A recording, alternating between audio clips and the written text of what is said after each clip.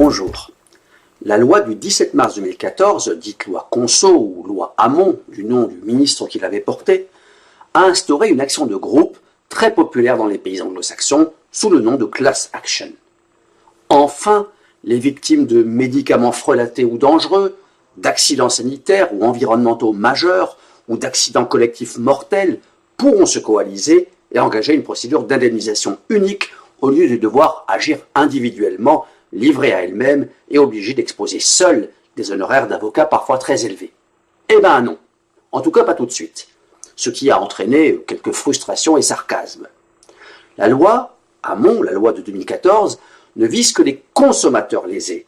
Elle exclut les domaines que je viens de vous citer, ainsi que toute réparation du préjudice moral résultant notamment du décès de la victime. On peut être tenté de reprocher au pouvoir public d'avoir épargné nos fleurons de l'industrie pharmaceutique, mais la loi Hamon prévoit que d'autres textes élargiront l'action de groupe, notamment au secteur sanitaire. Et la promesse est en passe d'être tenue, dans le cadre du projet de loi Santé du 15 octobre 2014, pour lequel le gouvernement a engagé la procédure accélérée le 16 mars 2015. Ainsi, une seule navette entre l'Assemblée nationale et le Sénat suffira à faire adopter le texte, sans doute dans le courant de l'année 2015. Nous y reviendrons lorsque la loi aura été votée, mais on imagine déjà les lobbies pharmaceutiques à l'œuvre pour encadrer, voire réduire autant que faire se peut, la portée de cette action de groupe à visée sanitaire par le biais d'amendements parlementaires. Espérons qu'il ne soit pas aussi efficace que les notaires lors du vote de la loi Macron. Quant au volet environnemental, on l'attend toujours, pour la joie des pollueurs de masse qui risqueraient de devoir rendre des comptes et de voir leur image ternie par des procédures très médiatisées. L'industrie de l'énergie, voire l'agriculture, aurait quelques soucis à se faire. Pourtant, quelque chose a bien été engagé. Le 16 mars 2015, le gouvernement déposait sur le bureau de l'Assemblée nationale le projet de loi bioéthique, dont aucun article n'est consacré à l'action de groupe en cas de préjudice environnemental. Mais quelques députés ont proposé un amendement visant à l'introduire dans le Code de l'environnement. Là aussi, il ne faut tirer aucun plan sur la comète et attendre sagement le résultat des joutes parlementaires. Mais d'ores et déjà, on ne se fait que très peu d'illusions sur le maintien de cet amendement.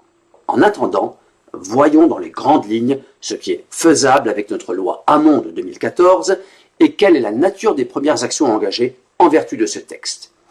Il résulte de l'article L. 423.1 du Code de la consommation que l'action de groupe doit transiter en quelque sorte par une grande association de défense des consommateurs et ne peut porter que sur les préjudices résultant de la vente de biens ou de services ou de pratiques anticoncurrentielles. En outre, seul le préjudice matériel et non moral pourra être pris en compte. C'est l'UFC Que Choisir qui a ouvert le bal en réclamant 44 millions d'euros au groupe Foncia au bénéfice de 318 000 locataires ayant payé un service normalement gratuit, à savoir l'envoi aux locataires des avis d'échéance. Bien entendu, Foncia ne l'entend pas de cette oreille, et nous laisserons la justice suivre son cours et commenterons la décision lorsqu'elle aura été rendue. L'enjeu financier individuel n'est pas significatif, puisque le préjudice annuel de chaque locataire est inférieur à 28 euros.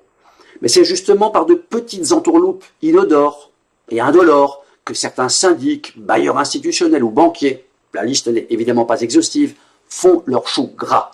28 euros par an, c'est pas grand-chose pour le consommateur, mais 44 millions est une somme conséquente, indûment prise dans la poche des locataires, si cette hypothèse est confirmée par les juges. Espérons qu'une éventuelle condamnation donne à réfléchir et conduise même à abandonner ces pratiques détestables et totalement illégales. Une seconde action de groupe a été engagée contre la RATP par un collectif d'usagers du RER dont la ligne A est loin d'avoir la précision d'une montre suisse. Là aussi, UFC Que Choisir et ses avocats sont les heureux bénéficiaires de cette nouvelle action, dont les incidences pourraient être bien plus importantes que celles engagées contre Foncia.